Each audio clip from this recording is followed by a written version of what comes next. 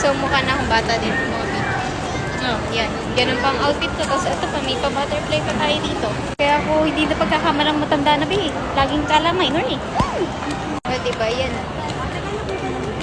So, ang ending, wala akong nakitang egg stop sa second floor. Ano na? Mga B, dito muna tayo. Una, say hi! Wow!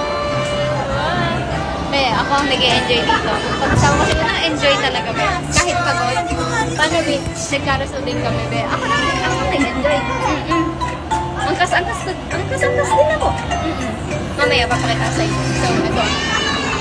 Yay! Hintayin lang natin ang pator.